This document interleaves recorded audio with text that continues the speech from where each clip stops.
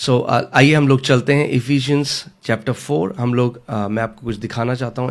मैं थोड़ा जंप कर रहा हूँ आपको एक सिखाने के लिए, वर्स बाय वर्स, क्योंकि हम सीख रहे हैं, तो आप सीखें इस बात को।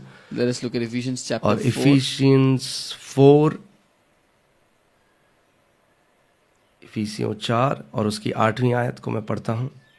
and verse 8. यहाँ पे लिखा है, वह ऊंचे पर चढ़ा और बंदियों को बांध ले गया और मनुष्यों को दान दिए।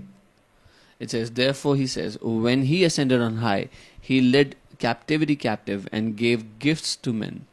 यानी जब यीशु मसीह मरने के बाद वो असेंड हुआ, वो उठाया गया, तो उसने मनुष्यों को गिफ्ट दिए। बाइबल कहती है वो गिफ्ट दिए, और वो गिफ्ट क्या है आगे हम देखेंगे। So when Jesus died and he rose up and he was ascended, he gave gifts to men, and we'll see what those gifts are.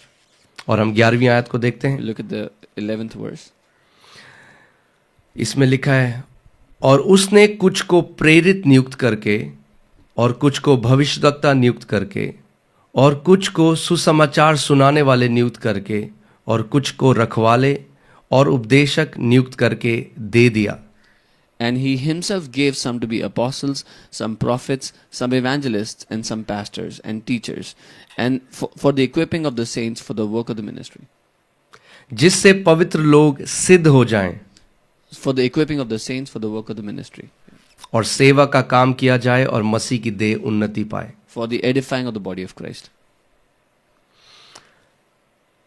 हमें एक चीज समझनी जरूरी है कि प्रभु यीशु मसीह को ये जान पड़ा कि ये जो ऑफिसेस उसने रखे हैं ताकि मसीह लोग सिद्ध हो जाएं। और यहाँ पे जो सिद्धता की बात है, वो सिद्धता की बात मैच्योरिटी की बात है। इंग्लिश बाइबल से so that they will become mature, वो परिपक्व हो जाएं। सो ये जो 5 दफ्तर हैं, ये जो 5 ऑफिसेस हैं, ये जो 5 सेवकाई हैं, वो इसीलिए है कि विश्वासी लोग मैच्योर हो जाएं, परिपक्व हो जाएं। So Jesus knew that in order for his body, his people to be matured, he has to keep these 5 offices, and these 5 offices are kept so that the body of Christ, the people, the believers can be matured.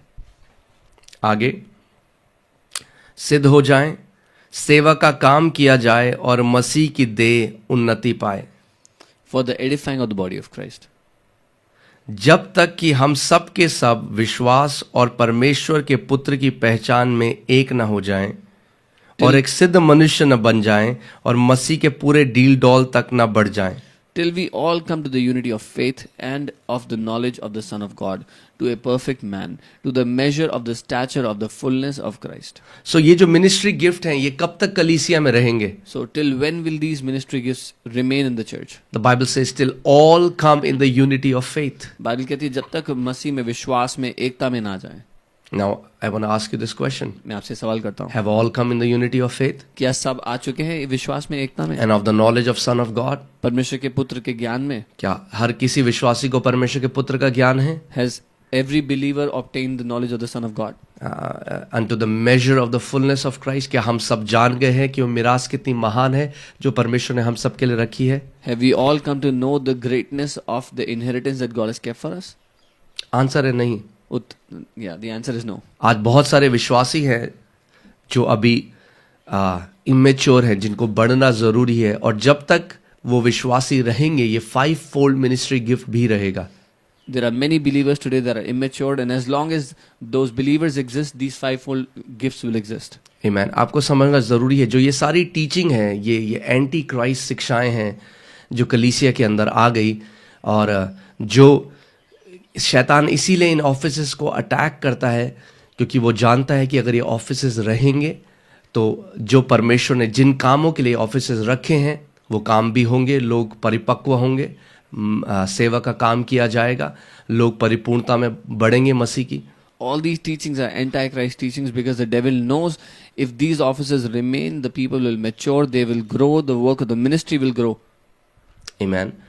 इसीलिए वो कहते हैं कि आज, और एक और चीज आपको समझना है, ये सारी एक कॉलिंग है परमेश्वर की तरफ से। And one more thing you have to understand is all these are callings from the Lord. अगर कोई किसी को एक प्रेरित की तरह बुलाए, एक अपोस्टल की तरह बुलाए, इसका मतलब ये नहीं कि वो किसी पास्टर से ज्यादा बड़ा है या ज्यादा महान है।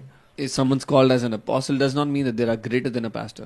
ये आपस में कोई लड़ाई नहीं है इन ऑफिसेज में, ऊंच और नीच नहीं है। There is no fight between different offices, who is greater, who is smaller. जैसे आपका हाथ है, हर एक उंगली का अलग फंक्शन है, ये पांचों जो ऑफिसेज है इनका अलग अलग फंक्शन है। Just as in your hand, each finger has a purpose or function, these different offices have different functions in the body of Christ. Amen. So आज कई लोग बोलते हैं कि जो प्रेरित थे वो केवल 12 थे और जब वो मर गए तो उसके बाद ये जो ऑफिस है, ये दफ्तर जो है, ये बंद हो चुका है। Some people say that there were only 12 apostles and when they died, this office ceased. ये बिल्कुल अनस्क्रिप्चुरल बात है, This is totally unscriptural. क्योंकि बहुत सारे अपोस्टल्स के नाम बाइबल में लिखे गए हैं जो 12 अपोस्टल्स नहीं थे। Because there are many names of apostles in the Bible who were not among the 12 apostles. ये शब्द अपोस्टलोस जो मैंने आपको अभी बताया 87 टाइम्स इस्तेमाल हुआ है न्यू टेस्टामेंट में। The word apostle has been used 87 times in the New Testament. इसीलिए ये कंफ्यूजन है। मैं इस कंफ्यूजन को दूर कर दूं, वापस हम लोग बुक में आएंगे। मैं आपको एक डिटेल स्टडी देना चाहता था इसलिए। There are 4 classes of apostles. 4 श्रेणियां हैं apostles की। और इसीलिए जब आप इसको समझेंगे बाइबल के हिसाब से, जो फर्स्ट क्लास है, जो टॉप अपोस्टल है, वो है यीशु मसीह। The first and the highest is Jesus Christ himself. इब्रानी 3:1 को हम देखेंगे। We'll look at Hebrews 3 मैं इब्रानी and 1. इब्रानियों की पत्री 3 उसका 1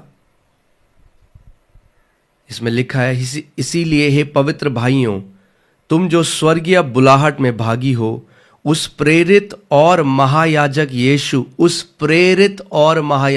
मसीह को यहाँ पर प्रेरित या अपोस्टल कहा गया, उस प्रेरित और महायाजक यीशु पर जिससे हम अंगीकार करते हैं ध्यान करो।